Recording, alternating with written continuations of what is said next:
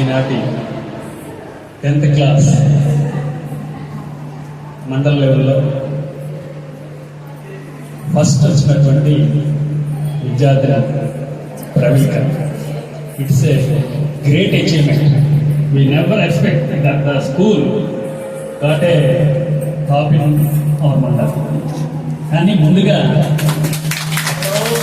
యాక్చువల్గా మా మండలానికి ఈ స్కూల్ అనేది మారుమూలగా ఉంటుంది. యాక్చువల్గా భాష్యం అనగా, సరస్వతి అనగా, మర్యాదాస్ అనగా ఇవన్నీ చాలా పెద్ద స్కూల్స్. ఇప్పుడు వాళ్ళే కొడుతూ ఉంటారు జనరల్గా టాపర్స్. కానీ ఈ సంవత్సరం మరి మేడం గారు ఈ సన్ రైజ్ స్కూల్ అనేది మండలంలో మొదటి స్థానం నిలబడడం అనేది మా మండల విద్యాశాఖ తరఫున మేము గర్విస్తున్నాం. అయితే ఇక్కడ ఒక విషయం చెప్పుకోవాలి. ముందుగా ఒక ప్రైవేట్ స్కూలు నడిపేటప్పుడు నడపడానికి కావలసినటువంటి శక్తి సామర్థ్యాలు అనేవి మనం అంచనా వేయాలి. ముందుగా మీకు ఒక చిన్న స్టోరీ చెప్తాను. భీష్మ సినిమా చూశారు మీరు ఎవరైనా? చూశారు కదా. ఆ భీష్మ సినిమాలో నితిన్ ఒక కంపెనీకి సిఇఓ అవుతారు. సిఇఓ అవుతూ కోఆర్డినేషన్ మీటింగ్ పెడతారు స్టాఫ్ అందరితో అనేది. పెట్టినప్పుడు అందరికీ ఒక బెలూను ఒక పిన్ను ఇస్తారు. చూడండి, బెలూన్ అందరినీ ఊదమంటారు, ఊదుతారు. ఊదిన తర్వాత పిన్ను కూడా తీసుకోమంటాడు. తీసుకోమని మీలో ఎవరైతే బెలూన్ పగలకంటా ఉంటుందో వాళ్ళకి 2 నెలలు జీతం బోనస్గా ఇస్తానని చెప్తాడు. అయితే అందరూ గెలవాలని ప్రయత్నం చేస్తారు. కానీ ఈ గెలవడానికి చేసే ప్రయత్నంలో ఇంకొకరు బెలూన్ నీళ్ళు గుచ్చుతుంటారు. అంటే దాని అర్థం ఏంటి? అందరూ గెలవడానికి ప్రయత్నిస్తున్నారు, కానీ అందరూ గెలవలేరు కదా. కానీ లాస్ట్కి అందరి దగ్గర బెలూన్లు పగిలిపోతాయి. కానీ అతనేం చెప్పాడు, వీళ్ళు ఎవరు గెలిస్తే వాళ్ళకి 2 నెలలు బోనస్ ఇస్తానన్న. కానీ ఎవరో గెలలేకపోయారు. అంటే ప్రతి ఒక్కరూ గెలుస్తామని పోటీ పడి చివరికి ఎవరు గెలవకుండా ఉండిపోతారు.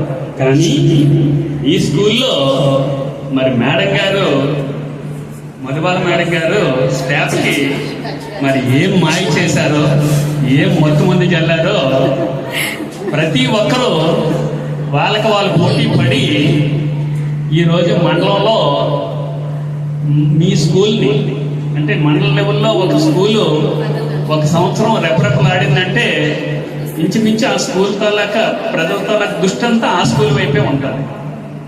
ఎలాగొచ్చేవాళ్ళు, ఏం చేశారు, ఏం మాయ చేశారు, చూసి రాయించారా, చూడకుండా రాయించారా, ఏం చేశారనేది ఒక్కసారి ప్రతి ఒక్కరూ మాట్లాడుకునే మాట.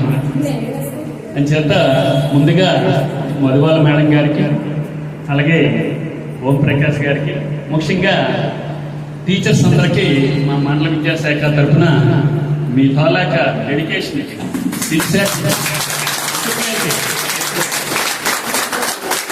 నెక్స్ట్ పిల్లల విషయంకి వచ్చేటప్పటికి చదువు అనేది అందరిది కాదు. సరస్వతి కొందరిదైన, ఆ కొందరిదైన చదువుని, సరస్వతిని పేరెంట్స్గా మనం పిల్లలకి ఏం అందేవారు, వాళ్ళ భావితరం సుఖ సంతోషాలతో ఎటువంటి ఇబ్బంది లేకుండా ఉండాలంటే ఒక తల్లిదండ్రులుగా మనం ఏం చేస్తే మన పిల్లవాళ్ళకి మంచి భవిష్యత్తు ఇస్తామనేది మనం ఆలోచించాలి. దయించి ఇప్పుడు 10 మంది ఈ స్కూల్లో 20 మంది రాశారు కదా మేడం గారు 10th క్లాస్. 20 మందిలో 10 మంది అబౌవ్ 500లో వచ్చారు. అండ్ మిగతా వాళ్ళు 500 తక్కువగా వచ్చారు. కానీ వాళ్ళు మనం తక్కువ అంచనా వేయకూడదు, తక్కువ అంచనా వేయకూడదు. ఎందుకంటే మెమొరీ పవర్ అనేది అందరికీ ఒకేలా వెళ్ళదు. కొందరికి 2 రోజులు గుర్తుంటుంది, కొందరికి 3 రోజులు గుర్తుంటుంది, కొందరికి 10 రోజులు గుర్తుంటుంది. దాన్ని మనం డెవలప్ చేసుకొని వెళ్ళాలి. అది ఒక్క